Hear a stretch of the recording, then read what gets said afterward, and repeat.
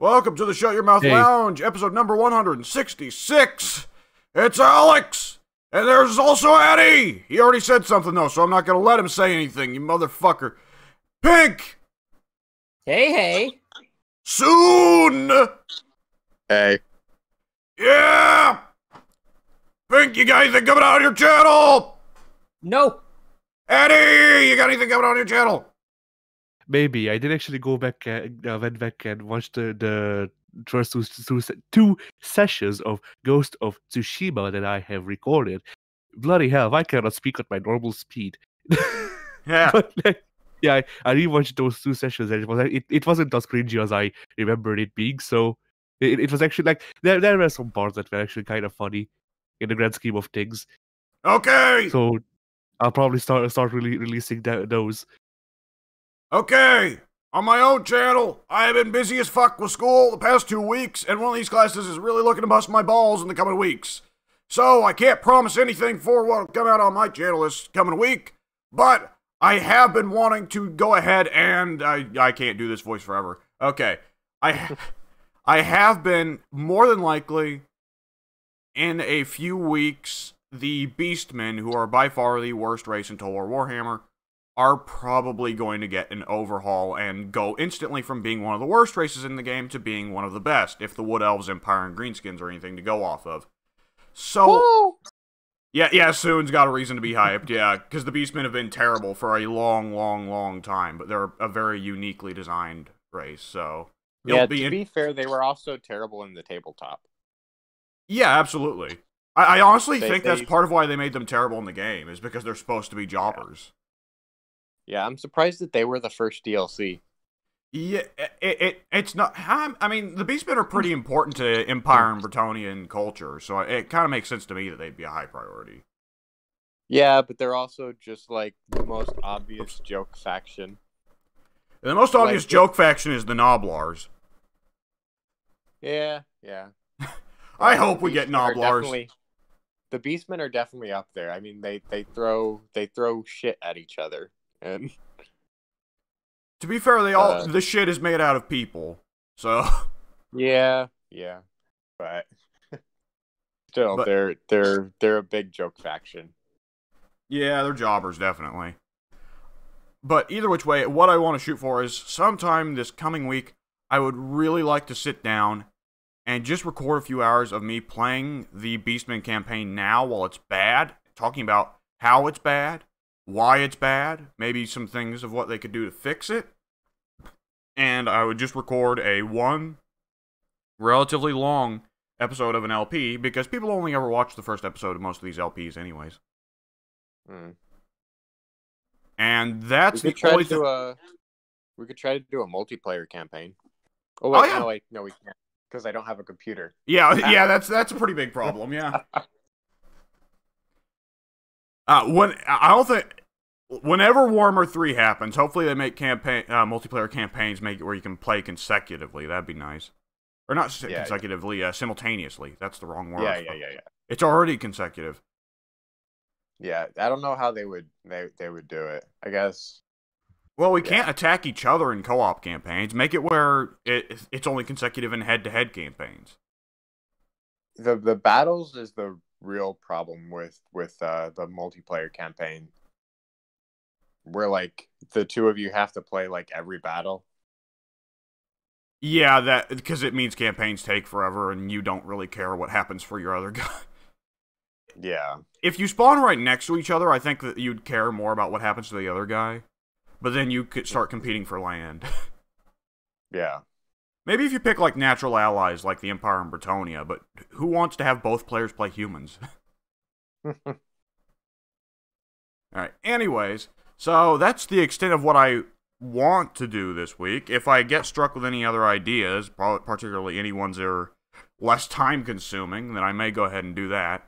I should mention, I already recorded, actually, like an hour and a half of Beastman campaign footage, but I had to trash it because, for one thing, the game just straight up crashed, because that's how bad the Beastmen are. And also, I put my webcam in the wrong place, so that it covered up the bottom right corner, which has a lot of really important information in the campaign. So, gonna have to figure out somewhere else to put that webcam. Anyways. So, soon, what you been up to this past week? Oh, wait, we need to talk about what's coming out on the group channel. Never mind, I forgot. Silly me. Sorry, Soon. We'll get this out of the way in just a second. Okay. So, on Tuesday, we have got FOS Plays Gang Beasts. And on Friday, we've got FOS Plays Gary's Mod, Part 10. I believe in that one we played Trouble in Terrorist Town, right? I forget. What's it called? The Spicy Innocent. Yes, definitely. Okay. We have some fun, even though TTT was clearly built for more than 4 players. Alright. So, Soon, what you been up to this past week, man? Mostly I've been reading through the Mistborn trilogy. Oh yeah, you mentioned that the other day, yeah. Yeah, so that's been pretty time consuming. It's basically taken up all my time. But yeah, it's a good series. Great world building. I think that his prose was not as good in Mistborn as it is in Way of Kings from what I've seen already. I just started Way of Kings. Okay. The Story Archive. But yeah, his prose definitely wasn't that great in Mistborn. But his world building is amazing. And I definitely got very invested in his world building.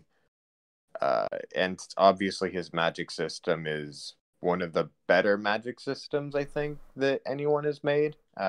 Yeah, a lot of people look to his advice for how to write magic systems. He made like a whole code on how to write magic. Yeah, whenever like magic systems get brought up, everyone always mentions Mistborn. Yeah. And I definitely see why, because it's very, very well crafted. The rules all make sense. Everything's consistent. He doesn't really break his rules ever, or at least I didn't notice him breaking any of his rules.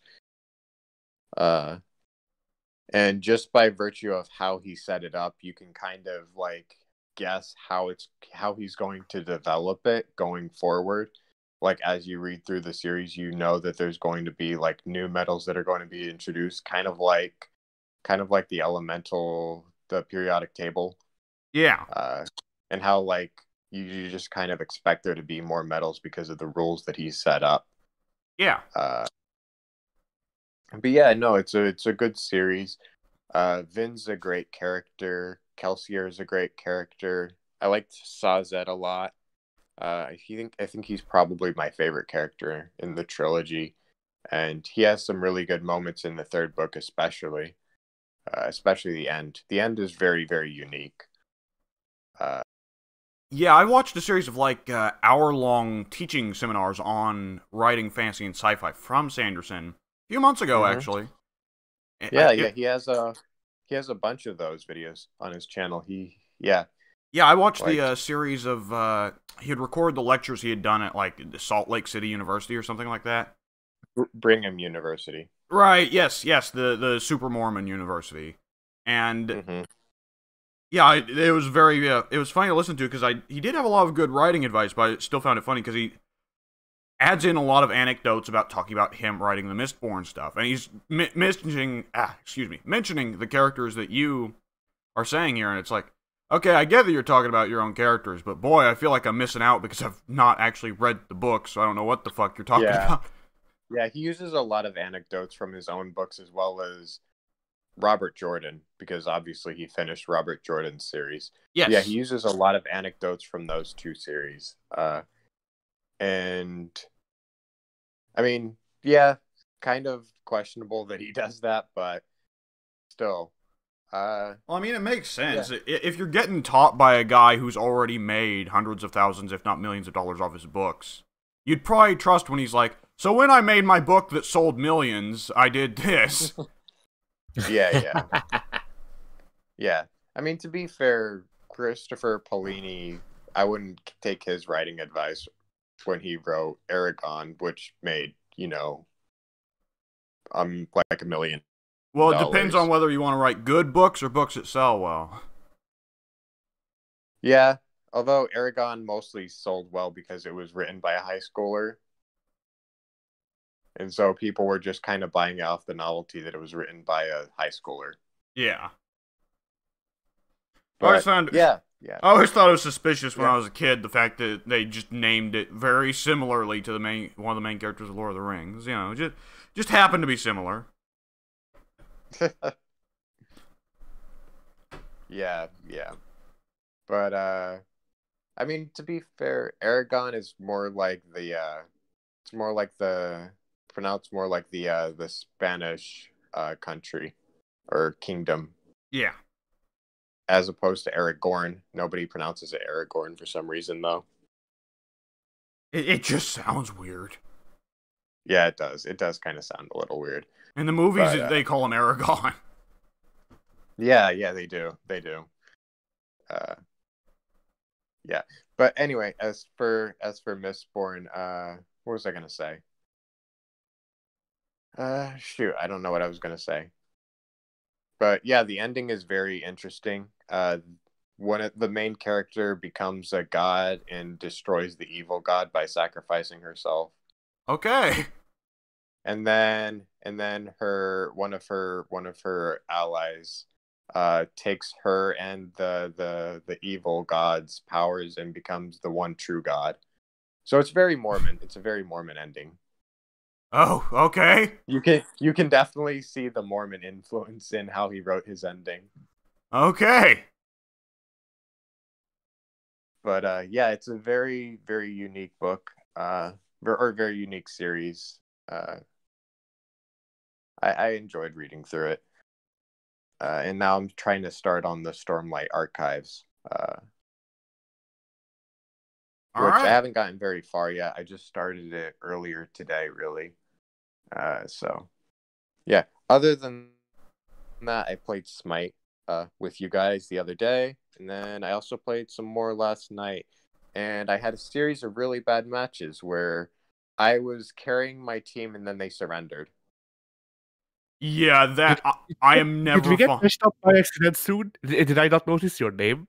What's that? Well, there was this there was this one match that I had where basically we got matched up against a diamond. I think he was rep 11 actually. Dalzaburo. He just bullied the shit out of all of us. No one could leave. Everyone died immediately. And like his team was coordinated somewhat. Like, you know, you could tell they were randos, but you know, there was some coordination between him, King Arthur, and Shange. Yeah. And But yeah, sorry, go ahead. yeah, no, I wouldn't have been that the Danzaburo. No. No, I was playing Joust in my matches. I was one of them I was like, I think I was like 10-2 as Kabrakan, and then my team surrendered because they were like 0-7 each. And then I had another match as Vimana where I went like 5-4, and then my team surrendered because they were both 0-7. And then I had another match as Hercules. Did we win that one? I think I won that one. But yeah, I just kept getting matches where my teammates were going like 0-7, and then I had to hard carry them, and then they would surrender way earlier than they should have too. Like one of the games they surrendered before we even lost our tower, which was just silly. Yeah, but I'm not doing well though. Why am I not getting hundreds of kills? I wasn't even playing particularly well though. I made a ton of mistakes. I died a lot when I shouldn't have. But yeah, I just kept getting teammates that weren't playing very well at all. I do not think it is acceptable to surrender until literally everyone on the team is feeding. Yeah, I think I don't like surrendering unless like you know for certain that you're going to lose. Like if if you get team wiped and you're at Phoenix, like at 15 minutes into the game on Joust, then that's when you should surrender because you're going to lose in about a minute. Yeah, you're probably not respawning fast enough, and even if you are, you probably didn't die at the same time, so you can't really keep the people out. Yeah. I've seen comebacks from similar situations though. Yeah, but like when it's an absolute certainty, like you have like 40-second respawn timers, they're at your Phoenix, and you all got team wiped in the previous fight, so you're all at the same respawn timer, you're going to lose before you can respawn, or just as you respawn. Perhaps, like, and then even then, like sometimes my team won't surrender, and at that point, like you're definitely going to lose, because they will be able to get through. It's not saving me that much. If I'm going to lose in 10 seconds if I don't respawn in time, it's not really saving me that much time to surrender now. Yeah, but I don't know. I don't see much point in surrender when defeat is, like, super imminent. Yeah. But if like you're 10 minutes in and everyone's gone 0 to 10, then I think that's reasonable surrender territory. But if they're, like, on the Titan already, there's no point to surrendering. You're gonna... Either you pull the comeback or you don't, and you lose in a second anyways. Mm-hmm. Yeah, what do you think, Pink? I've noticed you've been silent throughout this whole talk. It's complicated. I'm not typically one to ever surrender. I would much rather have the game play out to the finish. I myself have been getting terrible luck lately in Smite, though I'm playing on Switch, so the player pool is probably a lot less optimal than any other location. Yeah, crossplay. Yeah. You play with everyone else. This is true. But you probably have the worst control scheme for playing Smite. Yeah. No, I use a controller, and it's essentially the same as Xbox. Ah. Oh, okay. Yeah. Yeah. Mm. Yeah. Yeah, I mean, even when I'm winning by surrender, I don't like it. It doesn't feel satisfying. I'd rather win by getting the Titan. Yeah. The past... I've probably lost every game I've played over the entire week except one, which we won by surrender. Oh, God. Because the enemy team had an Ares that was consistently feeding, and that's not fun for anybody. Oh, Jesus. So it's been a terrible back and forth where I'll get a close match, and then we'll lose by 1 or 2 ticks. Then we'll completely stomp the other team. Then the other team will completely stomp us. And it's just back and forth, all of that, all week long. I've not had very many good matches at all this week. Is it just me, or is Ares one of the most consistently feeding gods? Well, I mean, if it depends on who's playing him. If you're playing him as an ult bot, you're going to do badly, because Ares is not an ult bot. Yes. But they see chains and their brain go burr, whatever. Yeah, Ares is actually one of the highest damage guardians. Yeah. See, I think he got tilted like immediately because he died within the first maybe 90 seconds. Maybe a bit longer because he did have his ult. What happened is he hit the ult. Everyone had beads, so he got nothing out of it. Then he just stood there and died, and then just for the rest of the round, he would just walk over into our fountains and die. What? So, yep. Oh my God. Yeah, he was tilted.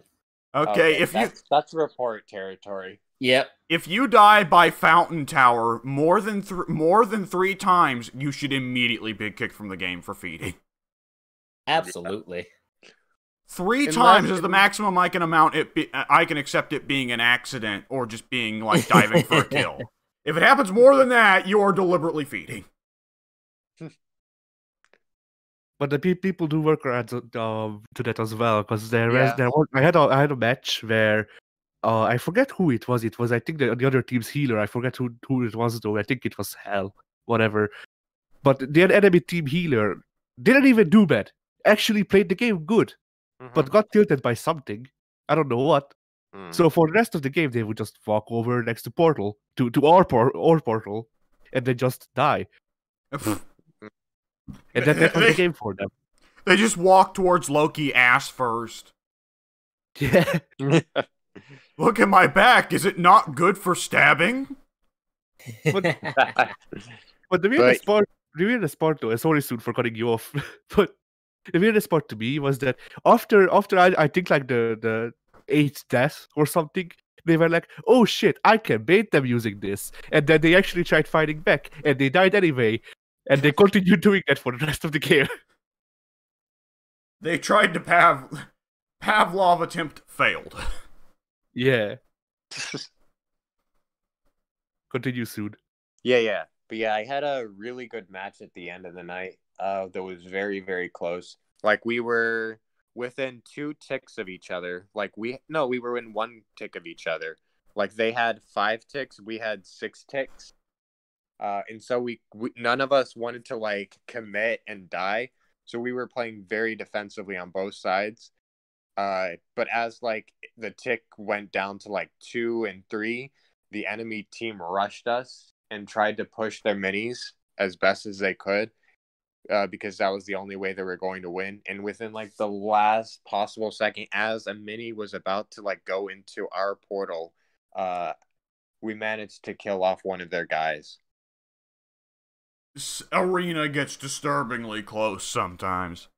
That's one of the, Yeah, it does. that's one of the nice things about arena versus. I guess it's kind of a downside, kind of an upside. Because with arena, you'll get those tight games where you're both on the edge of victory, which you won't get with the lane-based ones. But at the same time, like comebacks in arena are a lot less noticeable versus the lane games, where a comeback feels like, oh, you're pushing into the enemy base and wrecking all their shit. You know? Yeah. I've had some pretty good comebacks definitely feel a lot better in low lane games. I've had some really good lane comebacks, where like the other team was dominating the entire match, and then suddenly like in the late game we come online and start beating their ass. Yeah. Especially if like some of the guys have been getting their asses kicked, but it's not the carries. Yeah. Like if the Guardian has just been kind of sacrificing himself for the good of the team. And, oh no, the Hunter and the Warrior are fed. Rip.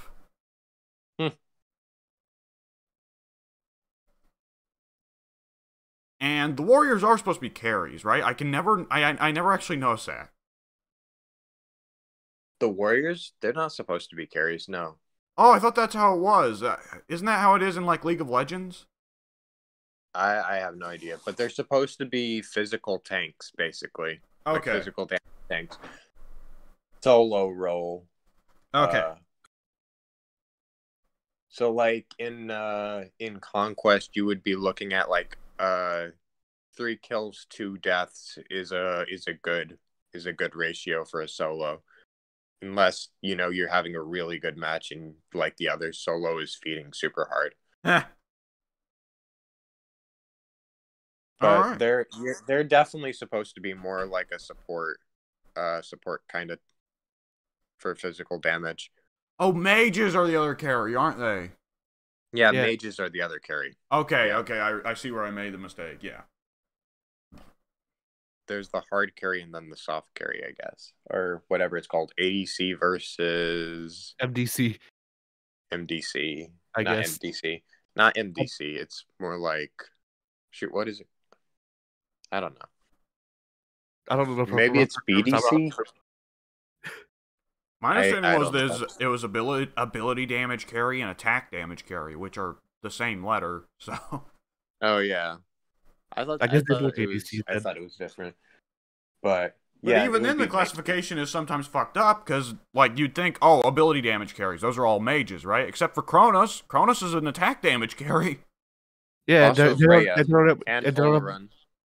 are ability-based hunters as well. Yeah. So in other MOBAs, from what I understand, there's not as much of a hard restrict on like what roles each class is supposed to play.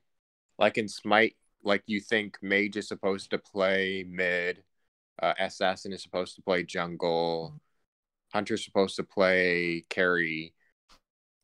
There's not that much of distinction in other MOBAs, and so like you could have a mage that's supposed to be a support, while in Smite, like you can have that, but it's very, very rare that you have Aphrodite? like very few characters can play like other roles very, very well. So like The bracket, like, you can definitely play anyone in any role. It's just some are definitely not necessarily supposed to play those roles as well. Yeah. So, somehow I can't see Assassin Jormungandr working. No, Assassin Jormungandr does work. Yeah, Assassin Jormungandr works better than Tank Jormungandr right now, from what I can tell.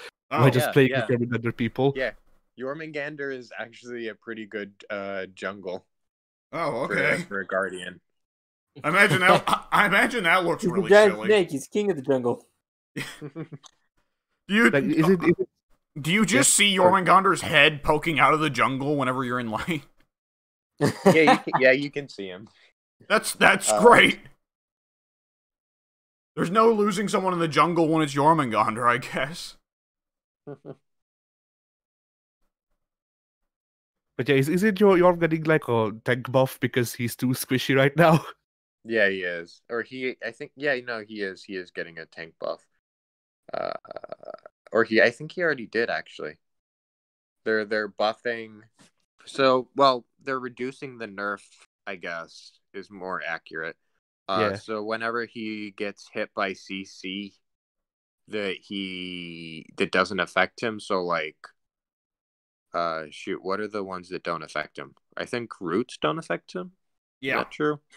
Yeah. So like when he gets hit by those kind of CCs, he's supposed to take extra damage afterwards, and that's kind of the balance that they have there, is that instead of getting the CC, he takes like 25% more damage or something. And they're reducing the amount of extra damage that he takes as a result of getting hit by CC. I had not heard of this, but I was about to say, I don't know if Jormund really needs that much of a tank buff. The Jormunds I've run into are mostly pretty tanky. On the contrary, every Jormund I've played with has died immediately, faster than me while playing Danzaburo. And that's saying something, considering that guy has like 200 health. All right. Soon, did you do anything else this week? Anything else this past week? Besides work? No, I don't think I did. Pink, what you been up to this week, man? What have I been up to this week? I'm First aware of off, one watch a thing. movie. Yeah, there is one thing. Yeah, I watched Karate Kid. Karate It's Kid. a movie from around the 1980s, based on the late 2010s TV series Cobra Kai. So it's pretty nifty how that works out. Yeah, it's a hidden gem series. It's a hidden gem, from what I understand, right? No one's heard of it. So yeah, watch Karate Kid because I made my little siblings watch it so they could watch Cobra Kai. Of course, you would also have to watch the sequels in order to understand some of the stuff that comes along in the later seasons. But I myself have never seen the sequels. They do not bring back Hilary Swank, do they? I don't know who that is. Okay. The female Karate Kid. I'm gonna assume no. Okay. Yeah, no such thing exists in Cobra Kai yet. Okay, I see. Anything else to say about Karate Kid? It had been about a decade since I had seen it, so I think it was honestly a bit better than I remembered. Oh. I thought, what's his name? Pat Morita? Mr. Miyagi? I thought he was excellent in the film. Ralph Macchio, also great. Alright. Aside from those two, I feel like nobody else gets a lot of screen time, and nobody else is really worth mentioning. So, yeah, solid film. I enjoyed it. I'll probably enjoy it again in another decade. So, after that, I've started playing Hades, which I actually bought last week, and then like a day later it went on sale. So I paid full price when I could have saved $5. I was just a little bit peeved. But it's worth it. No, I could have bought a sandwich with that extra $5. Yeah. Woe is me. But yeah, it has Not been one of the well good sandwiches worth though, just like a kind of mediocre sandwich. it. Yeah, absolutely. Aren't the what are they? Subway $5 footlongs. Yeah, Yeah, those suck literally now. it. Yeah. Yeah, I don't doubt it. They weren't all that great back then. I appreciate that they drenched them in mustard and mayonnaise. That was pretty much the extent of it. All right, so Hades, it's an excellent game, and you know what I really loved about it? What's that? It's that they start you off in the game, and you just go. Yeah. No tutorial. I was None. like, yep. This is already the best game of 2020, 2021, whatever year it came out. Yeah. A plus. A plus plus. It just starts you off in the middle of a run, and I'm like, what? Hang on. Like, the first thing you do is pick up an Athena boon and pick a boon, and it's like, I don't know what the game does yet. How am I supposed to know which to pick? Yeah. The Athena boons are the correct one. Oh, sorry? No, you're right. Athena boons are the correct ones that you get at the start. Well, I mean, the Athena boons are the correct one to give to a new player. Yeah, I can agree with that. Because pretty much all of them are Absolutely. just, oh, now you're invincible whenever you just do things you do anyways. Yeah.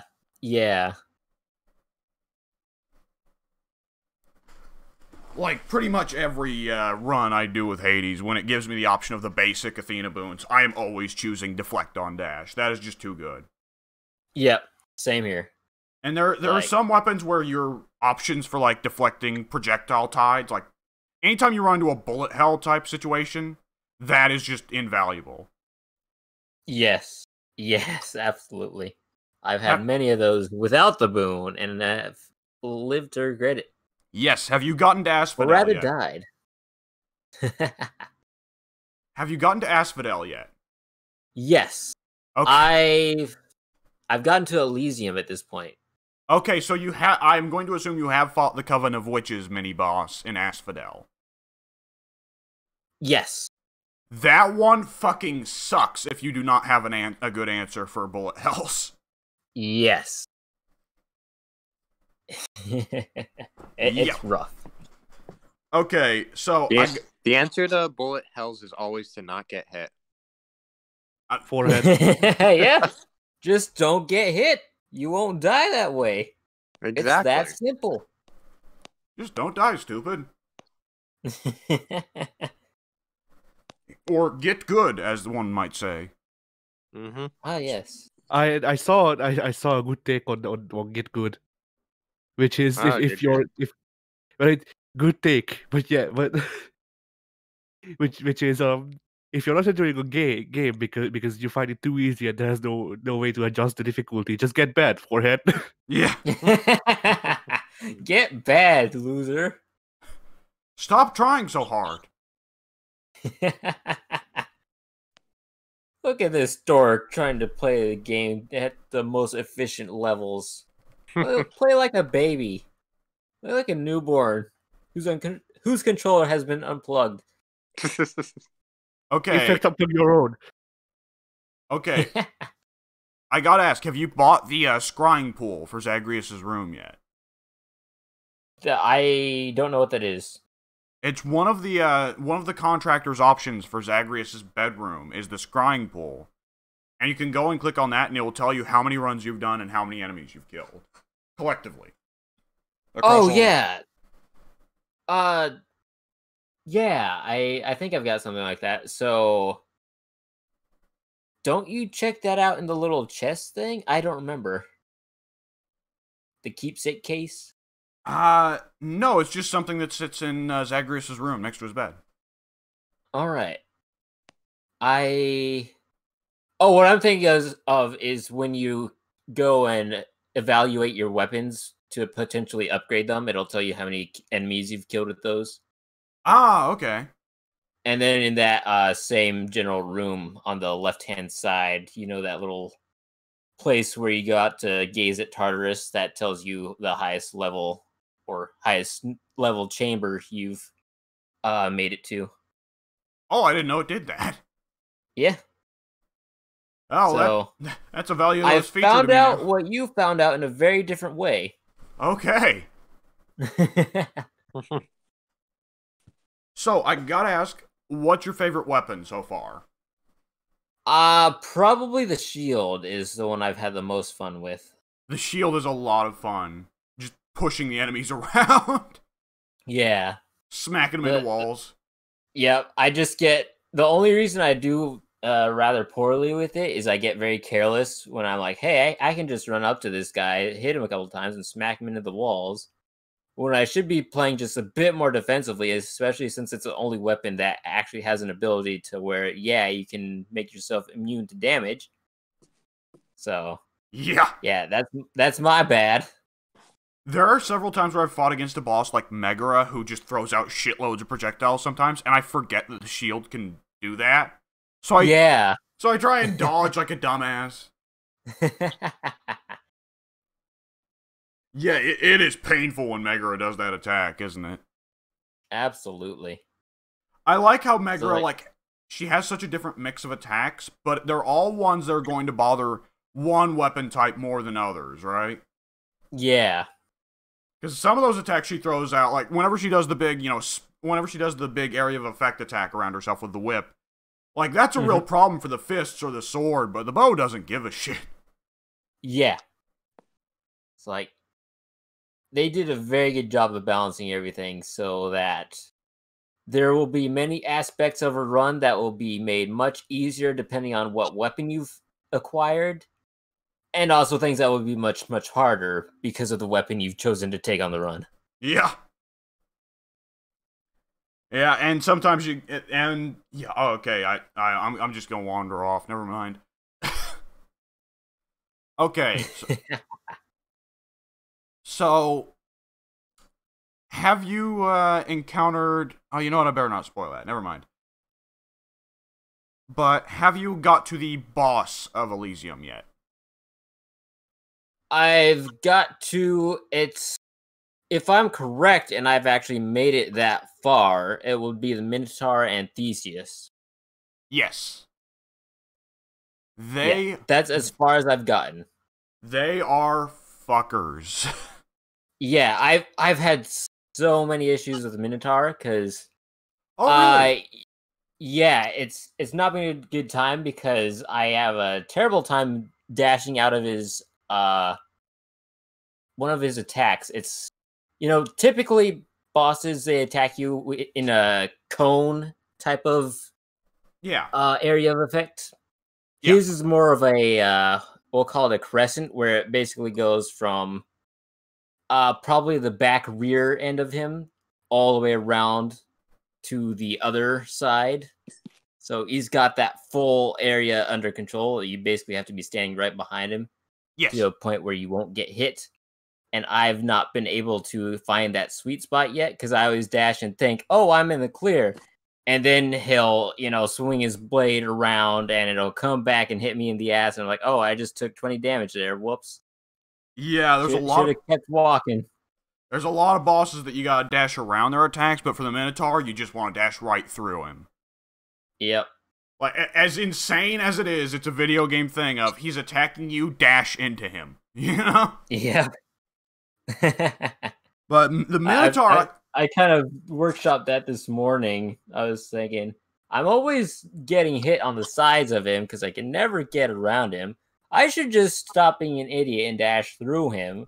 It's worked with everything else thus far. Why wouldn't it work on him? Yep. Man, the Minotaur, I can deal with the Minotaur. Theseus has my number. He gets me every fucking time. Yeah, he's a pain. He blocks, like, all damage from the front or something, unless you catch him while he's in the middle of an attack. Yes. Have you got Theseus down to, like, a quarter of his health yet? No, I don't believe so. Okay, I'm gonna shut up then, because Theseus does pick up a unique move that he'll do once you get down there. Okay. Uh-huh. I do want to say, one thing that makes the game a lot easier and makes it pretty well guaranteed that you're going to, at the very least, get to the final dungeon is as you keep piling in those night upgrades, you can get like 3 death defies just from the mirror. Yeah, I've actually, at this point, I think I have all 3. No, I think I've only got 2 right now, but I'm about halfway to 3. The third one costs like 1,000 Yes. darkness or whatever. Yeah. And I'm probably a little over halfway there. Yeah, I invested in everything else except for that until I finally beat the final boss, and I was like, oh shit, that would have made... Having more than 1 death defy would have made things a lot easier. And have you given Scully Nectar yet? I have not. Okay, he's like Cerberus. He's definitely one of the ones I'd recommend to do it immediately.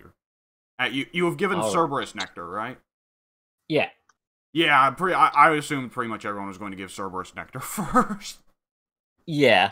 And so did the game. I think I potentially could have given Nectar to somebody else first during a run.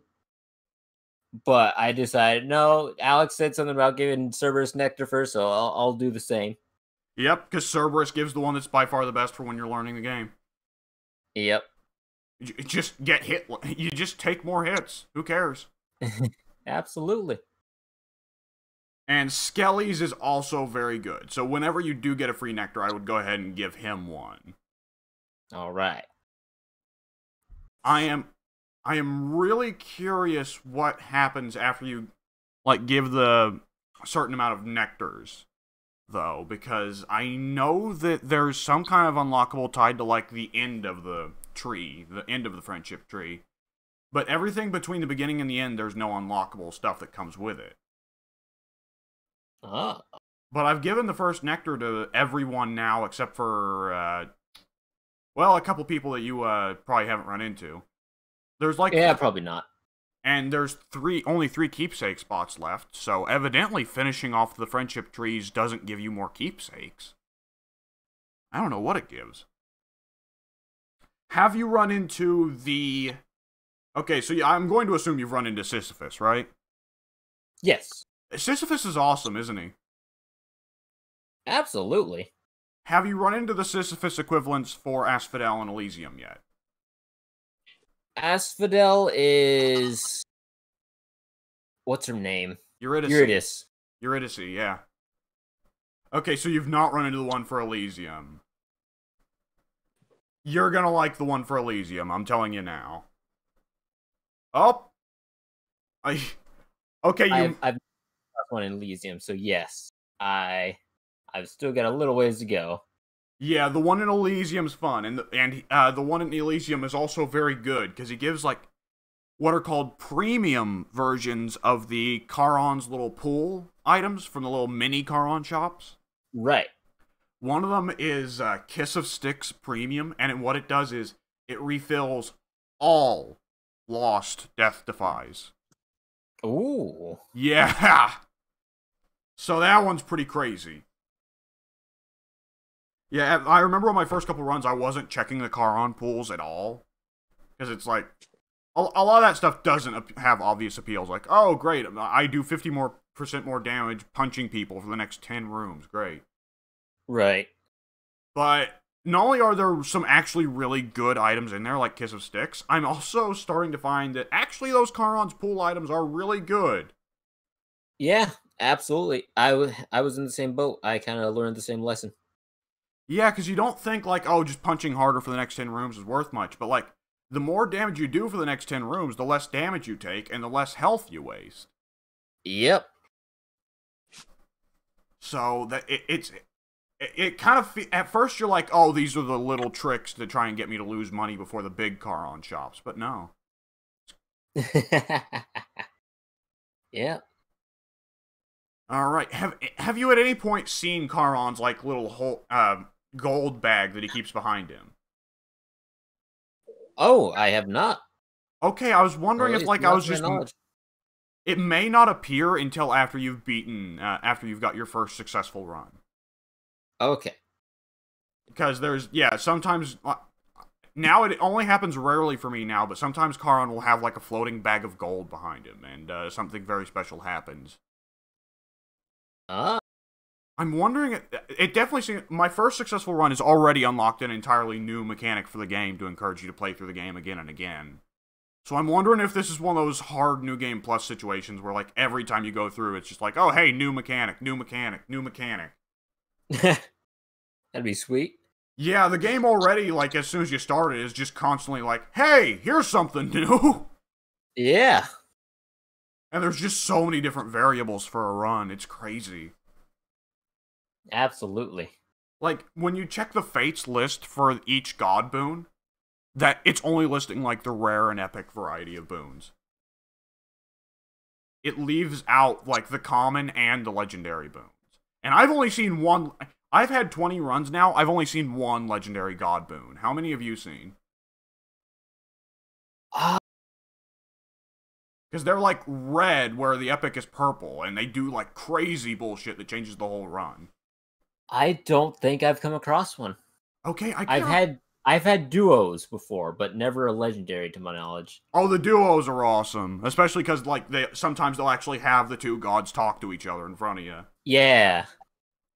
And I got one that's, have you gotten to the final Olympian god yet? Have you gotten her? No, I have not. You've not met all the Olympian gods yet. Okay, then I won't spoil it. Never mind. All right. The last one is a pleasant surprise. It's one of the gods that's not talked about as much. Because the rest are all classics, but then they got in one that's a little bit more obscure. Yeah, Kratos. Yeah. I guess Dionysus is kind of obscure, isn't he? Yeah. I feel like Dionysus is one of the best ones. Just make everyone In the drunk. game? I've not been really fond of him, to be quite honest. He was probably on my bottom of my tier list. Really? So I don't know. I've only used him like once, but I felt like it wasn't all that great. And then there came a part where I had to choose between him and Aphrodite, and I chose Aphrodite. And because my dash attack left his little drunk cloud, I didn't realize the floor also had his own area of effects attacking me.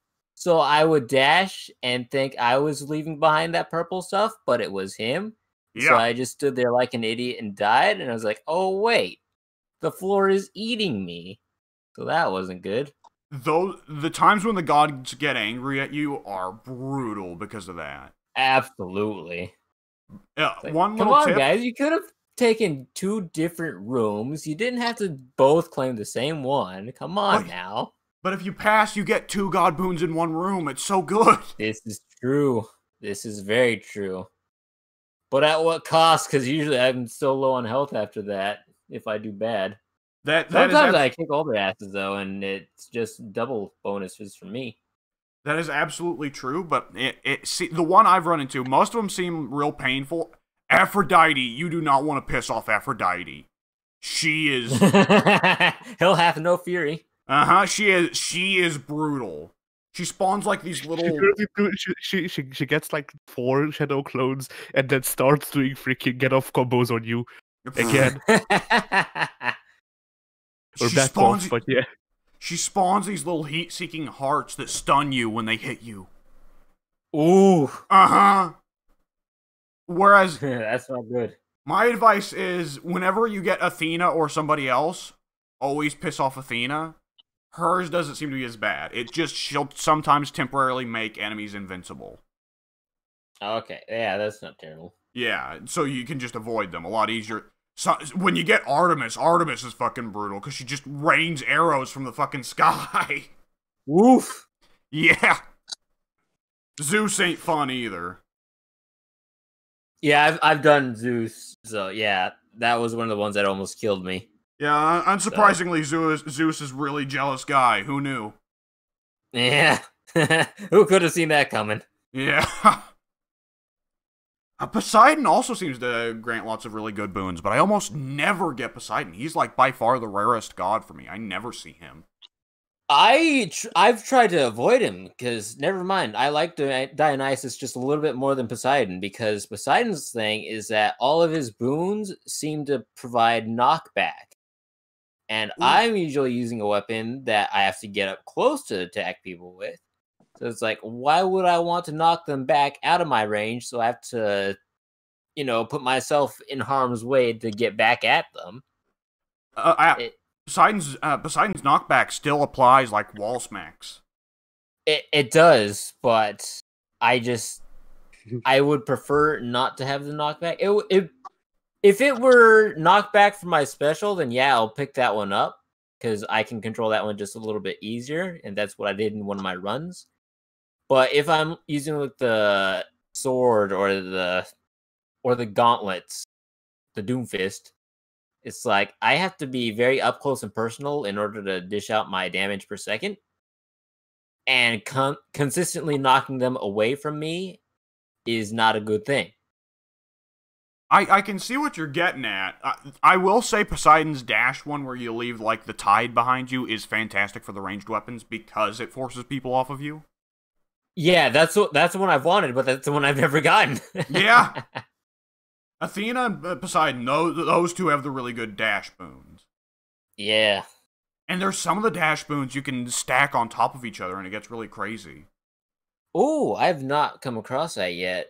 For the most part, everything that I've picked up, if it was another dash move, it would end up replacing the one that I would have currently equipped. So I would usually not swap it out because usually the one that I already had would be just a higher level or provide a better perk for me. Yeah. Yeah, sometimes it'll be... Yeah, I don't get why some of them overlap and some of them don't, but it will always warn you ahead of time by having a little symbol there. Yes. I do want to say, there is one Poseidon boon that just confounds me every time I run into it. I don't know if you've seen it yet. It's a Poseidon boon that is... It's called, like, the Ocean's Treasure or something.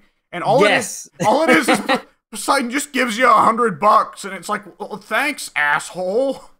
Yeah, I had that one a couple days ago. It's like his other two boons. I was like, I don't really like the sound of any of these. This one says it'll give me a random assortment of like health and treasure. I guess I'll pick that because I was a little unsure of what it did. I was like, maybe health or treasure will have a small chance of spawn in every room or potentially in pots or something. Yeah. But it's like, nope. You pick the boon, and he's just like, here you go, kid. Drops some money on the ground. Yeah. A couple hot dogs. Poseidon for like, oh, wow. You a gift. Yeah. But Poseidon takes the term gift very literally. Yeah.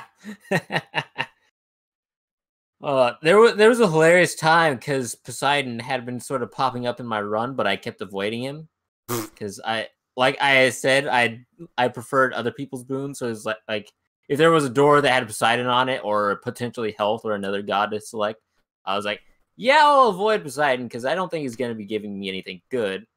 And then at one point, I went to Charon's shop and he had a little mystery bag. And I was like, okay, I'll buy that.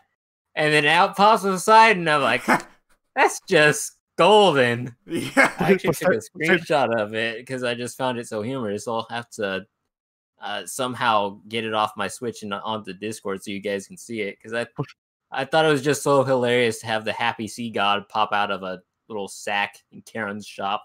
He's so happy. Next ask you if you've been avoiding him. I feel like he'd been stalking me, and that just kind of furthered my theory. And it's just perfect because Poseidon has such a boisterous voice actor. Yes, I felt like I was being stalked by Aquaman from the Brave and the Bold. I can just picture in my head Poseidon bursting out of the bag like, hello there! Yes, that's more or less what happened. There's two boons. We should probably move on past this because Addie and soon I can tell her getting bored, but... Right. There's two boons I want to go ahead and mention something about because I didn't understand them at first. There is one boon that you can get from Aphrodite that is like, oh, all health gains are increased by 25%. And I was like, all health gains as chamber rewards. And I was like, that's way too specific. That's a useless boon. What the hell? No. It's not like healing. No. Health upgrades. Max health upgrades. Yes. She increases all centaur hearts by 25%. That's crazy. Absolutely. And the other one is Dionysus has one that's every time you pick up nectar, you get a health boost. And at first I thought it was just healing. No, it's a max health boost. So Dionysus has one that makes it where nectar doubles up as centaur hearts. Yeah. And he also gives you a free nectar immediately for it. Yeah, I've had that one before, so that's good to know. That one's pretty well always good to take, if you ask me, since nectars are so rare anyways. Yeah. Though, have you unlocked the cafeteria yet in House of Hades? No, I've not. I've probably renovated the room it's in. I don't think I have an actual cafeteria down there. It's just right across the hall from Zagreus' bedroom, where Nyx is always standing. Okay. And once you get that place unlocked, for one thing, I don't think you can talk with Megara until you get the cafeteria unlocked. And for the other thing, that does unlock a way of getting nectar and other rare resources more consistently. Okay. So I have that chamber unlocked. I don't know if there's an actual cafeteria in it. Or is it with that one giant thing that will trade with you? Yeah, the Okay, shade yeah, I broker. have that. Okay. Yeah, I haven't done any brokering, though. Yeah, I haven't either. I assume it's more useful once you've actually burned up all the uses for, like, chthonic keys, right? Right. Because, like, chthonic keys very obviously are going to stop being useful after you get all the mirror stuff. Yep. And even after 20 runs, though, I've still not unlocked all the upgrades on the mirror yet. So, it's gonna be interesting to see where that goes. Any which way. Oh, no. Ahem. As I was trying to say, I'm 20 runs in, and I've not yet finished the game, so sad times for me. It'll happen, but yeah, the fourth dungeon I think is the most interesting. I am definitely interested to hear what your take is on that after you beat Theseus and Asterius. Right. Alright, and did you do anything else this week, Pink? Anything else? Not to my immediate recollection. Alright, Eddie! Alright, me.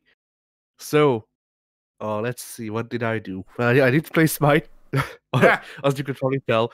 Yeah, Danzaburo happened. He was scary. Very scary. I mean, it turns out, because for a bit I thought, oh, well, maybe, I'm just, like, obviously I'm rusty with Uller, because that's why I was in that game, and, like, maybe I'm just not able to pull up the skill shots as good now, and stuff like that. Maybe I just need to... No, apparently Uller's bugged. What? Yeah, I read on the Smite Reddit that apparently every single stance switching character is bugged, Oh no. and stance switching takes longer or something like that, or like it doesn't work properly most of the time, or something like that. Okay. So yeah. Good thing So, I yeah, didn't play. Good thing I didn't play as RTO that day. Yeah. So I mean, I am still rusty, but at least it wasn't all my suck. Heh. But yeah, on the contrary, right after that game, the Smite was like, the Smite matchmaking was like, okay, you know what? I feel generous. Have a match full of baby seals. Not just the enemy team, but yours too. And that was fun because I was able to freaking flex on people. I mean, I wasn't too scary. I don't think. Well, I tried not to be like overwhelming. Is a good way to put it. Because like if people did stupid plays, then obviously I killed them because that's my job. I'm a hunter. But like I didn't do what I could have, which is that didn't work. Okay. I'll keep looking until I find one that works. Take out the no direct or no redirect. Maybe that'll work. Nope. Okay, look for another one. Anyway, where was I? Just keep going. I swear it'll be funny once I work it out. All right. So yeah, I tried to like play good enough that I wasn't like holding back my team, but not too good so as to not ruin the other team's fun, because like I was the only one higher than rep 2 in that game. I needed to keep it fun for everyone. Heh. And yeah, that game was interesting because like it was a match where the enemy team had Jormungandr, which is how I also read he dies to like a freaking or leaf. But yeah, the other team had a Loki who actually was pretty good, all things considered. He always ganked or tanks though, because our tanks didn't know what they were doing and they kept dying to Loki. And the reason Finally. that alright. This is a gif of Addy beating up a bunch of small children. Yes. Yes. Basically. But Addy is a small child. What? No, I'm a big child now. I'm a man child. Okay. Big laugh. He's not coming back. No, he went to go watch Community because I reminded him. So, shit. Oh, that gif. Anyway, alright, hey Pink. I think. Hey. Shit. So yeah. I forget where I was. Yeah, so there was this one funny moment which I wanted to point out where the both of our tanks just went behind me. Both of them nearly dead. Loki wanted to go for a twofer, and I started going towards Loki, and he could have killed me because he had the right build to kill me, like in two shots. Instead, he vanished and ran because word travels fast, and everybody knows that Danzaburo is a bit broken. And speaking of which, he's gonna get nerfed on Tuesday, and it's not enough. Like, I've never had any trouble with any Danzaburo. But you're better than me. Like, I don't know.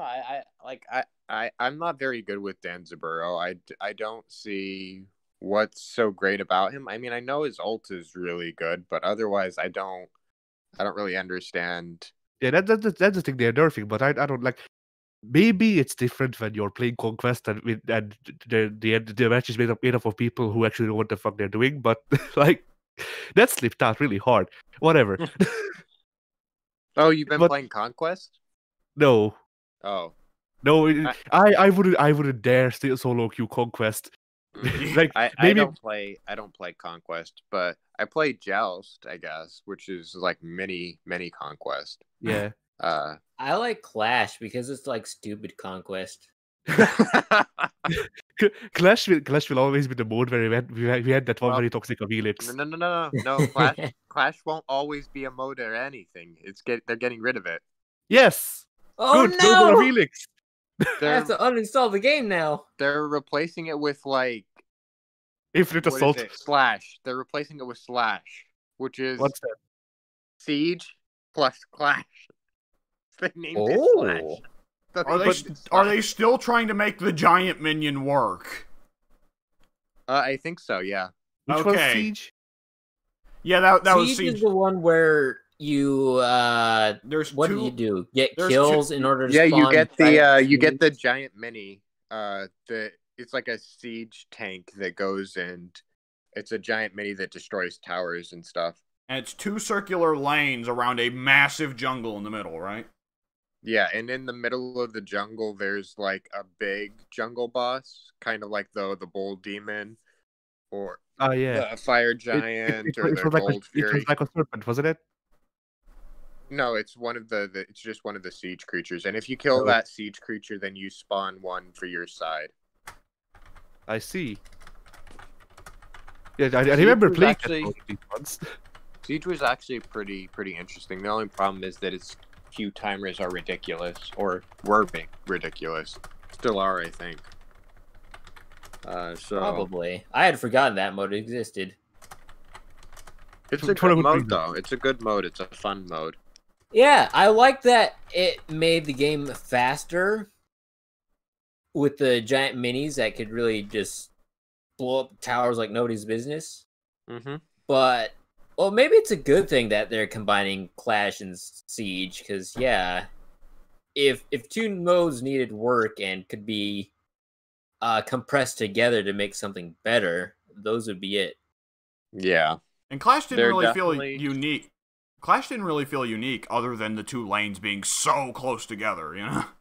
Yeah, Yeah. Clash felt like poor man's arena. Yes, it was a poor man's arena mixed with a little bit of conquest. Yeah. So Yeah, very, very little bit of conquest. yeah, the only conquest thing about it was that you had to kill the Phoenix or whatever at the end. Yeah. Yeah, You It don't was even really get a just Triton. giant arena with towers. yeah. My favorite game modes are Assault and Joust. I really like Joust. Assault is in a weird spot for me. I'm still That's not true. sure how to feel about it. I liked Assault better before they introduced a weird mini jungle and the healing orbs. Assault was Yeah. definitely a lot better before then. I don't know if you guys were playing back then, but See, They I were. was. I was. I They were? remember. I remember. Okay. I remember it before the rework. yeah, I wish that they would revert that rework, but they never revert their reworks. They just build upon their reworks, like with Bastet. Well, I imagine also with Assault, what they're trying to do is make it actually competitively viable, so that it's not just the for the lulz game mode. But that's the fun of it. But they could have tournaments of it soon. No. You can never have tournaments where you get a random god. This is true. This is very true. But yeah. So yeah. The thing I wanted to finish with that. So yeah, like I don't know how it is in Conquest, how much Denzaburo dominates or not, or anything. But like on the level I'm at with Smite in Arena, if the Denzaburo is good, the Denzaburo doesn't die. But if he's anything less than good, then he dies a lot. So he's in this weird spot where he's at the same time overpowered and underpowered, or like he's overpowered but very squishy, which works out balanced in the end, but like not really fun if you're on the receiving end of either of those bad outcomes. You are describing most hunters and assassins. Oh yeah, but I don't know. I feel like I don't know. I feel like he has a lot less health. Well, not a lot less health, but less health than usual even. I feel like as Loki, if I can take more than 2 hits, I must have built him incorrectly.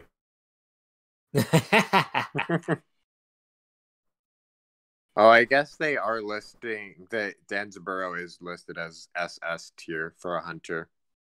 Yeah, because like his trickery bullshit makes up for his health a lot. But like if you catch him once, he's dead. Yeah. So yeah, so that's Smite. That's smut for you. Yeah. Then this will lead into the other topic, I guess, which is yesterday we tried recording Guilty Gear Strive, but couldn't because the servers were down. And while W and I waited 2.5 hours, I decided, hey, what I can't do anything really, so I'll just draw. So so I put in some freehand practice again. And by the way, when I say freehand practice, I mean like no references, no smooth stroke, nothing. Literally just whatever the shit I scribble in. Alright. So here's Raya Ratatoskar. That's a bit thick. But you know, I think it turned out alright considering that I've never seen a squirrel close and I haven't looked at a dog in like years. Poor soul. It's been probably a year since I've seen a dog, though. Sad. We would be having a much easier time moving to Virginia if I had not seen a dog in a year.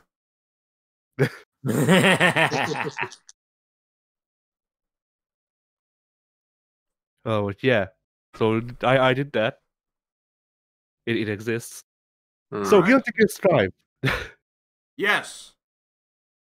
So W, I'm curious. What floor are you on? I have not actually started playing multiplayer. Oh! I do not suspect I will ever get the time to. I am probably going to be incredibly busy for today and tomorrow, and then the beta ends. So, well, they did say that they're gonna make it longer a bit, but who knows what that means. 8 more minutes. Yeah. That's all you get. I would love to take Nagoriyuki for a spin online, yeah. But as it is so far, my experience is an hour like on Friday night of practicing with Potemkin and Faust just to see how they are, and Soul. But like that was an hour split between those three, and then the servers went down. And legitimately right before recording, I spent like 30 minutes practicing with Nagoriyuki. And yeah, I can talk more about that when we get to my end, I guess. I have half an hour of practice and then 5.5 hours of online play. Ooh. Because guess what? Becoming a furry made me confident or something. Y'all have me to being confident, but like, funnily enough, that's the thing that set it off, I guess. Like, I was like, I'll jump on. Like last time was in a beta, which was the closed beta. I was on the first floor. The best I ever got was the second floor. So I was like, oh well, I'll just like mess around in the kiddie pool, like I did last time. And then I do the tutorial that tells me which floor I should go to, and it's like, hey, go to floor 7. Okay, not what I expected, but all right, I'll go to floor 7 because I can't go to any lower. So I went to floor 7, and then I got demoted to floor 6 because turns out, by the way, my fight stick's freaking broken. Whoopsie. And I'm gonna have to freaking check if that's fixable. But yeah. But it wasn't all just the fact that I couldn't crouch block at all, because a lot of times I did just get straight up outplayed, honestly. Oh yeah, it's a whole new game, really. Yeah, and so I got demoted to floor 6, and I was like, okay, I'll take a bit of a break before we record, because this was yesterday. I'll take a big break before we record, and then the servers went down literally as I quit the game, apparently. Nice. And then they didn't go up for the rest of the day until like fucking 10 p.m. Yeah. And then, today, I woke up and I was like, well, I guess I'll put in some more online time just to check shit out. And yeah, I'm on floor 9 out of 10. Yeah! So... have you heard... Hang on, is Heaven above floor 10? No. I don't... Okay, maybe. Is Heaven floor 10? It may be. I don't remember what it's called. So have you heard how you have to get into Heaven? No. You have to win 10 matches in a row against someone who is at Heaven level, and if you miss 2 matches, you are disqualified from it and have to start over. What do you mean start over? Like, you have to win 10 matches in a row with okay, only... that's fine. That's fine. That's okay. That makes sense. Yeah, for them to be called Heaven, I would hope that there's some pretty strict restrictions there, because these guys are supposed to be the best of the best. Yeah. Out of the 10 visible floors, which Heaven may or may not be the 10th, I forget. I'm on floor 9. Like, it's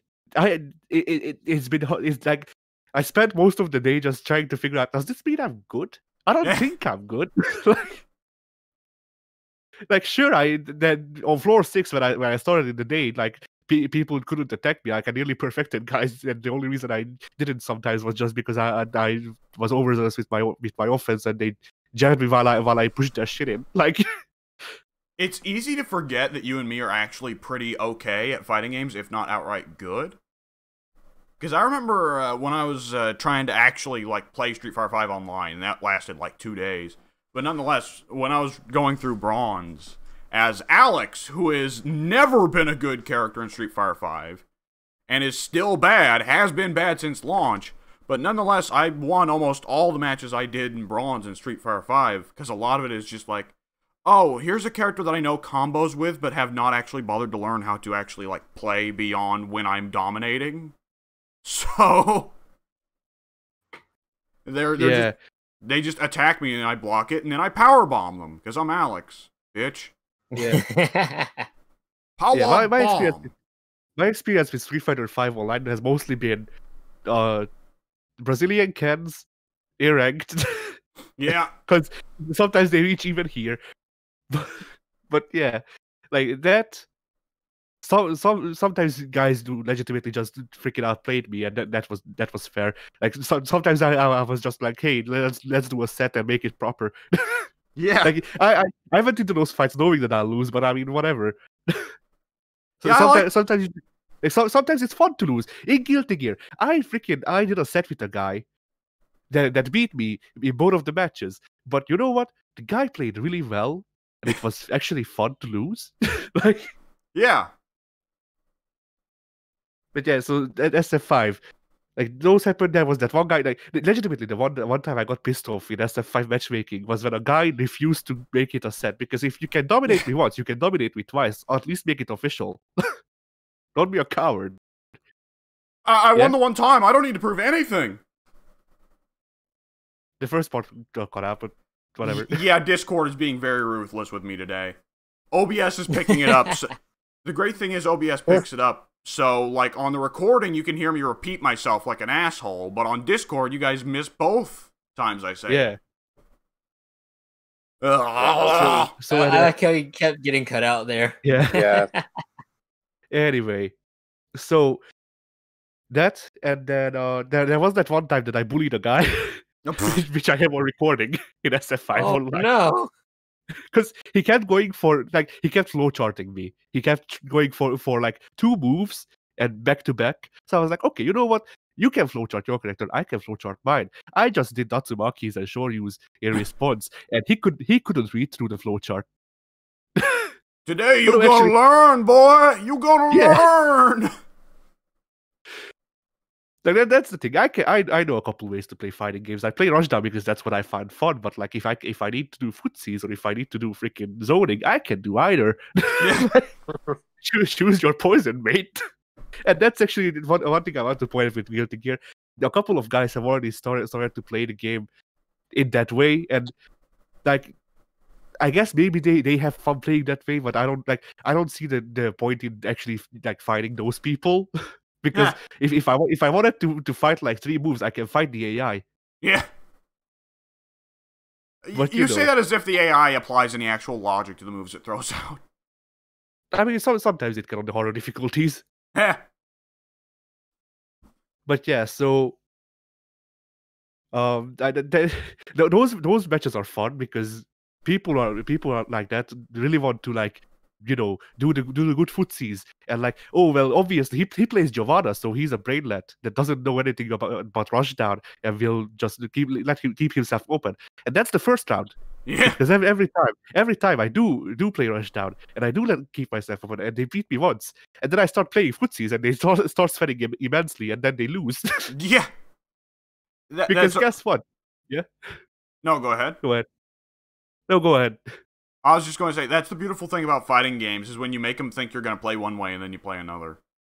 Yeah. I can tell Nagoriyuki's going to be brutal for that. Actually, okay. I was going to say I don't know, but Nagoriyuki can play multiple ways. People just is really insisting on him being Samsho the character, and I don't get why. Because the matches I've had against Nagoriyuki players are where they started freaking like reading me properly and doing combos and shit, like, you know, hype shit that isn't just here. I'm going to stand on the other side of the screen and then poke you out. Which, I mean, if it works, then fine, do that. But it doesn't work. I'm freaking doing 13 hit combos on you, and you're still trying to poke me out when you keep doing it and doing that, and I keep sidestepping. I'm triggered. I have not taken Nagoriyuki. I have not taken Nagoriyuki into any actual matches yet, so I can't like 100% speak for it. But Nagoriyuki seems like he needs to be a really balanced character until he enters Blood Rage. As soon as he's in Blood Rage, Samsho mode is on. Yeah, in Blood Rage, Samsho mode is on, but when he's in normal mode, then he can choose between doing the pressure or doing the footsies. Yeah. And, yeah. Well, it seems to me like when he's in normal mode, he still already has better footsies than anyone else except maybe Faust. Yeah. He has really good footsies like anyway, but that's the thing. Like, Nagoriyuki has a choice between footsies and pressure, so you can mix people up in normal mode. In Blood Rage, you can only do footsies. Yeah, legitimately, it turns off his special moves except for one super move, which is very interesting because it suddenly means you're playing a whole different game against Nagoriyuki, because that one super move he gets is a fucking 50% nuke. Yep. It's like, well, his options are now a lot more limited, so. But at the same time, if he does get a win here, oh, I'm dead. Yeah. And of course, there's been loads of highlight reels of people like thinking they're safe to throw a projectile or dive in on Nagoriyuki when he's in Blood Rage, and they just eat that super, super hard. Yeah. I've only seen it once against an actually good Nagoriyuki player. That guy kept the pressure on, even with footsies. Yeah. And he only entered Blood Rage once, and he missed. It was close, but he missed. I gotta ask about like playing against Nagoriyuki. Is it not a bit weird that he pretty well gets Blood Rage, super footsies mode, as a reward for rushing down? I thought it was the other way. He gets blood. Filling up. Yeah. He gets blood for hitting special moves. But don't you need the blood to keep the gauge down? No, in order to keep the gauge down, you have to use Blood Sucking Universe. Well, he's heavy slash and shit like that, because there's a couple of other moves that don't. Yeah. Put blood. Yeah, I don't know if the dash increases the blood gauge. Whenever I was like trying out special move combos as Nagoriyuki, I noticed the blood gauge was going fucking nuts. Which, now that I think about it, if Nagoriyuki finishes with a knockdown and that activates Blood Rage, that means that the opponent has to get up into brutal footsies mode, Nagoriyuki. Yeah. The Blood Rage at least burns out really quickly, so there's that going for the opponent. That Nagoriyuki's health is going down until it reaches like 5%. Ooh, I didn't notice that. Yeah, I played a couple of matches against my niece because she wanted to try out the fighting game. Yeah. And Nagoriyuki is the only character she won with. Because I'm an asshole and can't turn off the freaking way I play fighting games sometimes. But hey, like Nagoriyuki has good enough footsies that she out footsies me. So yeah, just heavy slash to keep him out. Yeah. Yeah. And Nagoriyuki, I'd say, is probably also one of the best for new players, just because he can hit regular slash 3 times, and oh, that's a combo. Yep. I mean, hey, if you like, I've come up with a combo for Nagoriyuki, but it's like really basic, and what you'd imagine it's just they're all do the dash. I mean, yeah, he is footsies, yes, but like you just do the dash in, close slash, and then slash 2 times, show you heavy slash, and then you can convert into any of the specials you like, really. Yeah, he definitely seems like a character where if you want to get a combo of any size. Any big size, you need to either use Roman Cancel or use the close slash that pops him up for a juggle. Yeah. I like that he pulls out the Tonto for that one move. I think that's cool. Yeah. Nagoriyuki is... this is probably the only thing I'll talk about on my week, because I've been so busy with school, so I'll just go ahead and get it out of the way. Yeah, Nagoriyuki, I am very, very, very fond of Nagoriyuki. Yes. Very yes. Similarly, I went into this beta thinking, oh, well, they changed Chip, and I'm not sure how much I like the new tools that he has. Because they didn't actually change him all that much, but like the teleports were a big thing, and the diagonal Alpha Blade is not really... Well, it's not a tool that I see myself using a lot. Yeah. So I went to going, oh, well, will I like Giovanna? They only showed like 4 specials for her. And then her normals also seem weird. And then I don't know. And then I've played 5.5 hours of Giovanna. I've not got to take her for a spin yet. I should definitely try her in practice mode later, though. Like, you need to learn her normals just as well as her specials, and then... That's what she looked like, yeah. But let me tell you, like, if people mess up and I get to put the pressure on, the pressure won't come off for a while.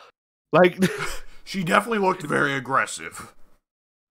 Yeah, but the thing is, if you need to play footsies, then she can do that too. Not as well as like Nagoriyuki, but you know, she has good enough footsies that people will be scared of you after a while. Yeah. That was a yeah. Go ahead. I imagine her footsies are shorter range but quicker. Better frame data. Actually, no. Oh. Her footsies are mid-range. Well, so one move is mid-range, the other ones are shorter, quicker ones, like you said. But like, she has this weird thing where a couple of her moves take like have this pause between the setup to a move and then the actual execution of it. So Oh. so you can bait people, is what I'm trying to say. You can bait people real hard. All right. And it's not even just specials because her Tatsu equivalent has that as well. But it's not even just that. I had a match against it was a mirror match, and mirror matches with Giovanna are really fun because both of you start of playing Rushdown, and by the third match, both of you are playing footsies. Because guess who doesn't want to get hit by the freaking vortex? Yeah.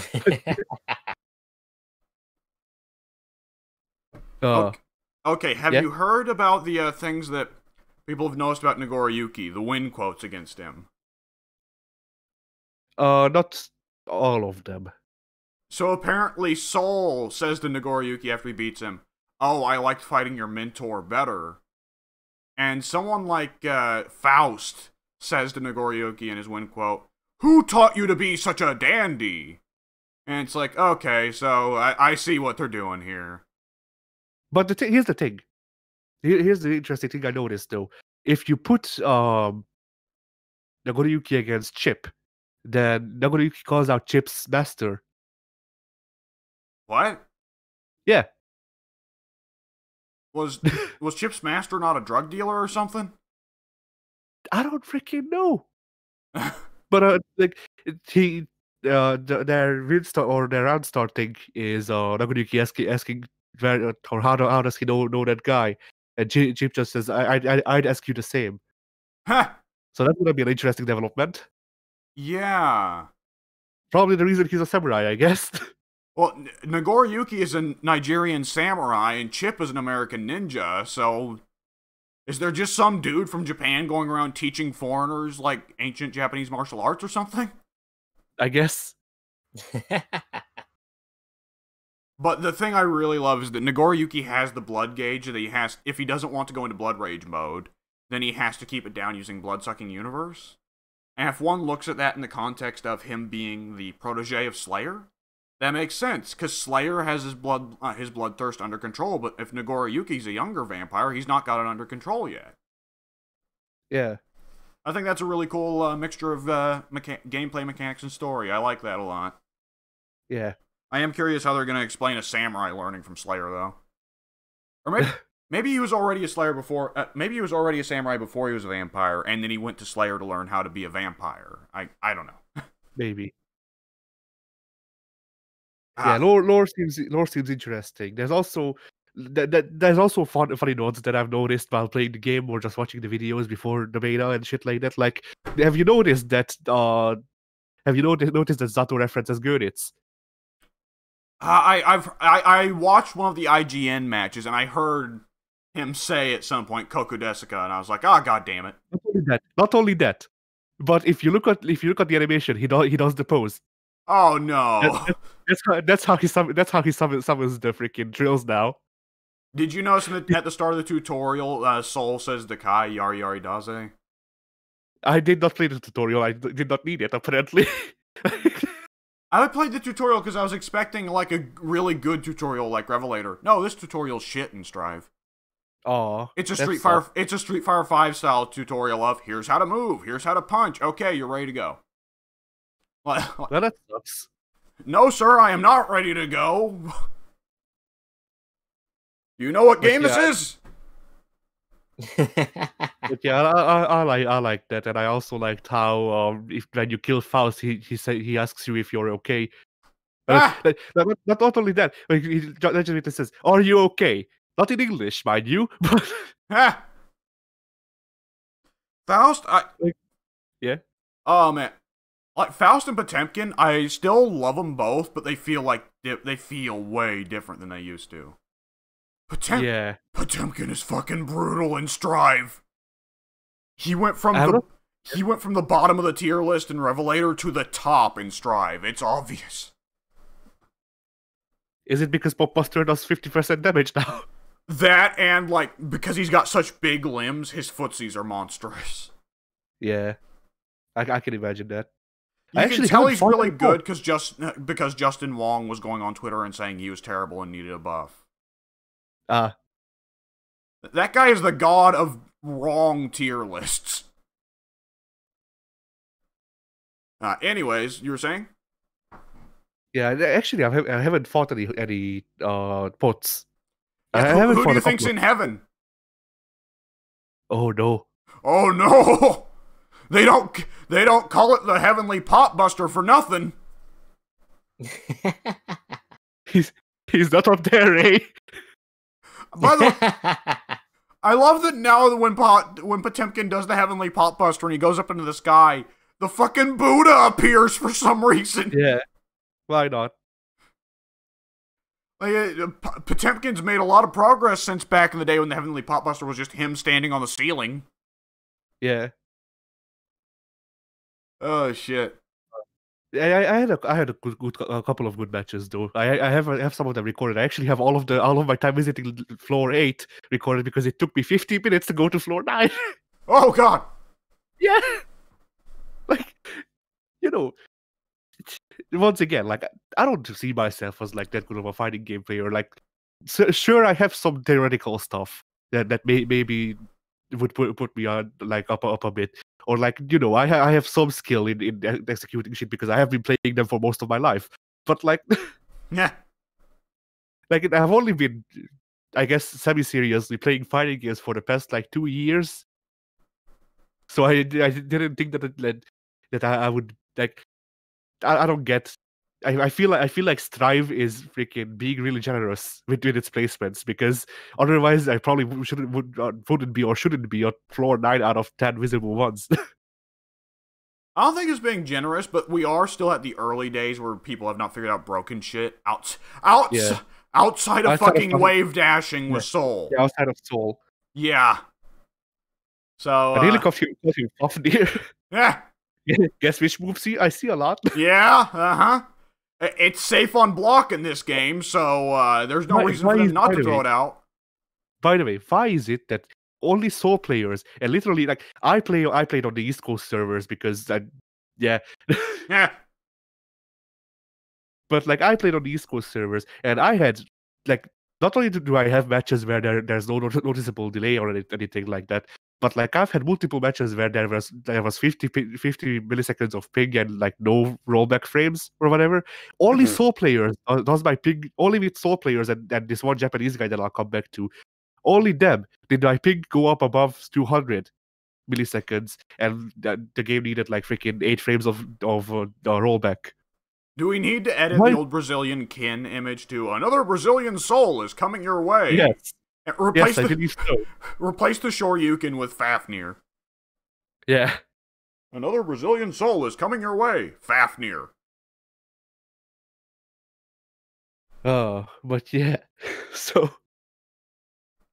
I did have a couple of good matches. There was this Faust who was really good at keep away and like zoning and shit like that, and just using mix in the air to keep the pressure on. Mix And- is brutal. Yeah, that guy. I was legitimately surprised that people went out of their way to have sets with me. By the way, Yeah. 'Cause- yeah, I feel like Faust has actually picked up, like, where a lot of characters have lost tools, Faust has picked up tools in Strive. Like, mix is so much more brutal than going my way used to be. yeah.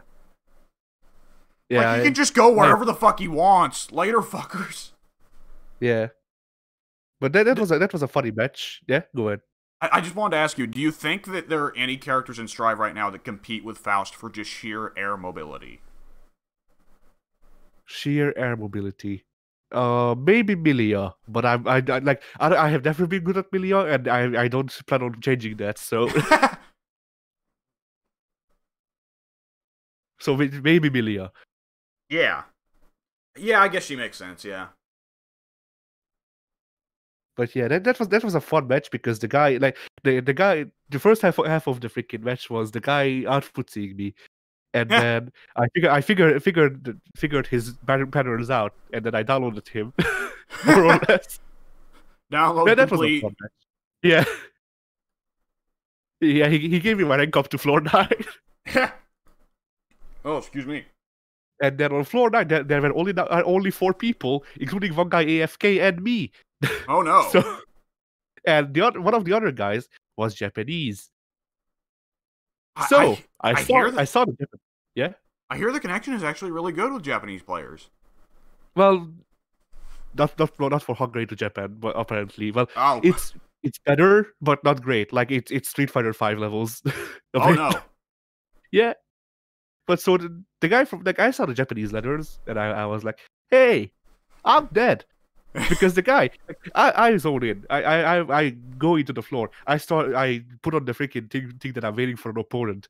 The guy just immediately like teleports behind me with Japanese letters. Opponent detected. Yeah. And so like I saw the Japanese freaking pop-ups for the things that they make your characters say. And I'm like, okay, I'm dead. And here's the thing. I did better than I expected. The first round I took 50% off of him, and in the second round he only had like freaking 10% health left. I did good. I didn't get rinsed completely. Yeah.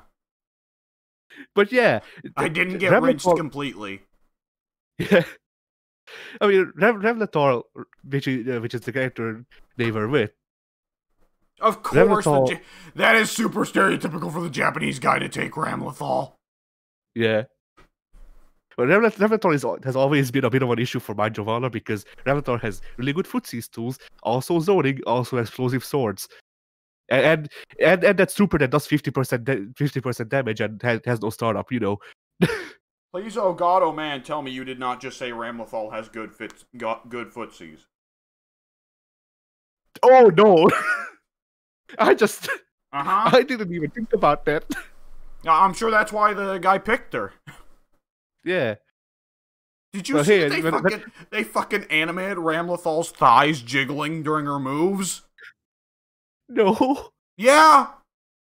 Yeah, it was all over the Super Best Friends subreddit. Pink left to go check. I was just thinking out excellent when Alex said that, but apparently Discord said no. What if you wanted to be horny on main, but Discord said no? Yeah. Oh. Anyway, shit.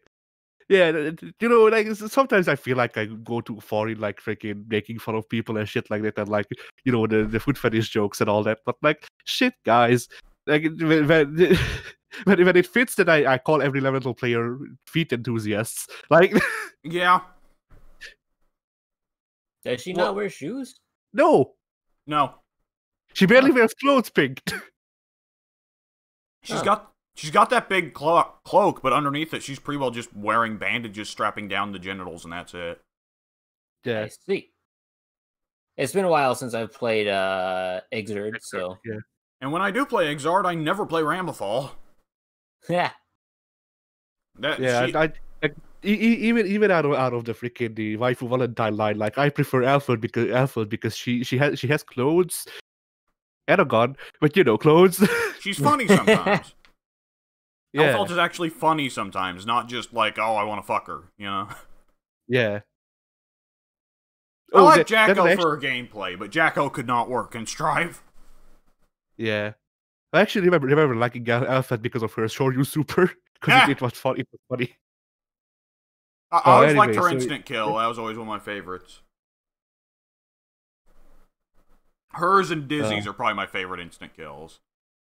Dizzy's is good. Yeah. I don't remember Elfelt's. Elfelt's is she loads her rifle with like a love bullet or something and shoots them. And they have some comment like if Kai gets shot with it, he goes, "I'm already married." But yeah, so if Elfelt shoots herself with one, she makes like a masturbation joke. Oh. Sure, why not? It's a character. Yeah. But yeah, so like I've always had problems with Rebel because she has She has good tools, and people like using those tools. And I haven't completely learned how to counter those tools yet with mine because I don't have as many as Giovanna. But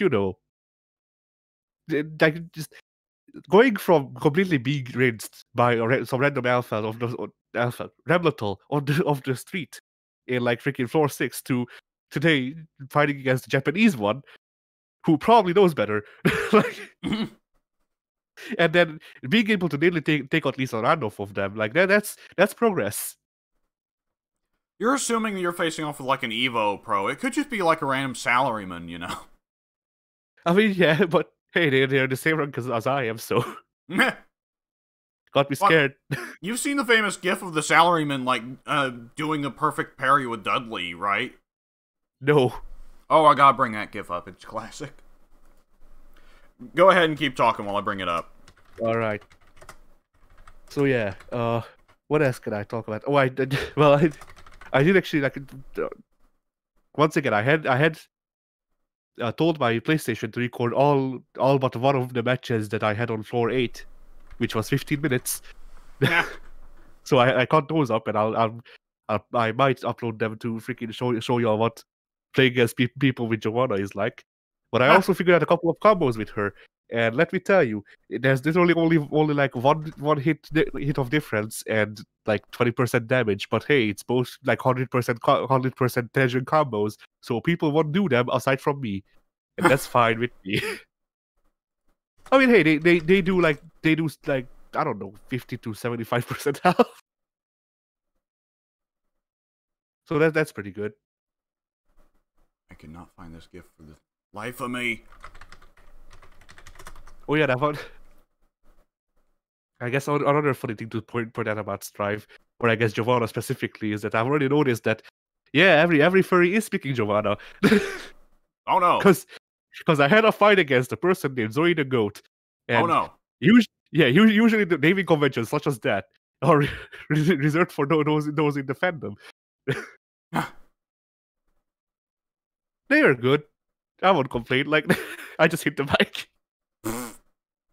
That'll show them. Yeah. Take this, you fucking microphone fuck. That's what you get for buzzing all the time. Oh, goddamn it, now I accidentally hit my water bottle. Thanks, you've cursed me. You're spending all day hitting random things. But yeah, so I didn't even initially go with Giovanna because of the dog, but like on this point, it's just a nice bonus. Like I get to play as freaking Brazilian Vanessa, also dog. Ha! That I actually do really like the freaking pop print shoes. Those are cool. If it didn't cost like freaking half a fortune to actually get that shit custom made, I'd probably buy myself some. Ha! And All what else is there to talk about? Have you tried out Excel's time stop? I have not tried out. The only people I have tried out are Soul, Pot, Faust, and Nagoriyuki. I have not tried out the others. Yeah, I didn't try out anybody really aside from Nagoriyuki and Giovanna. So, Yeah. Well, I tried out a couple. I tried them out to some extent, but I set the training AI to block everything past the first hit. So if it's not in a combo, then I don't care. And yeah, I did check out the time stop, and it's interesting the way my voice is going out. So it's interesting the way my voice is going out, he says. Yeah. So it's interesting the way they set up the time stop, which is when you have the bar for it, then you set it up like you saw in the video probably. Yeah. Yeah. And then you have to input it again, and that's when the time stop occurs. Oh. Weird. And it is on a timer, so if you don't do it within the allotted time, then you will lose the state of being in the thing. How much can you do in the stop time? About 3 to 4 air hits. So also take into account the time of jumping. Oh, I wasn't actually honestly answering, questioning. I was just making a stupid JoJo reference. Oh, how many breads have you eaten in your life? I don't watch JoJo and I don't understand it, but some of that stuff is just so stupid I have to bring it up.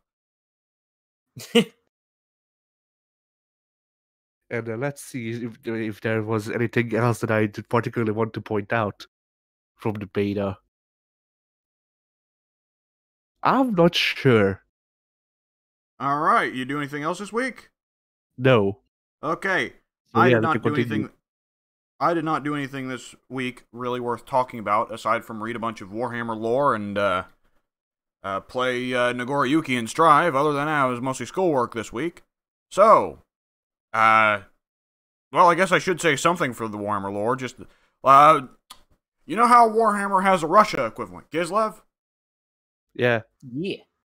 Well, up there, they regard bears as really holy, and like the most popular god in Kislev was Ursun, god of bears. I've known about this for a couple of years now, but what I found out the other day while reading the lore books is, oh, bear trainers and tamers in Kislev must build appropriately bear-sized houses for the bears that they must also build with complete the trappings of a house. So like a dinner table for the bear and everything, and also must raise the bear as if they were their own children. So Warhammer is awesome, and that's my week. I believe we can call that a podcast. And I have got to go do some things, so quickly, Eddie, say bye, say Bible. Babble. Bibble. Bibble.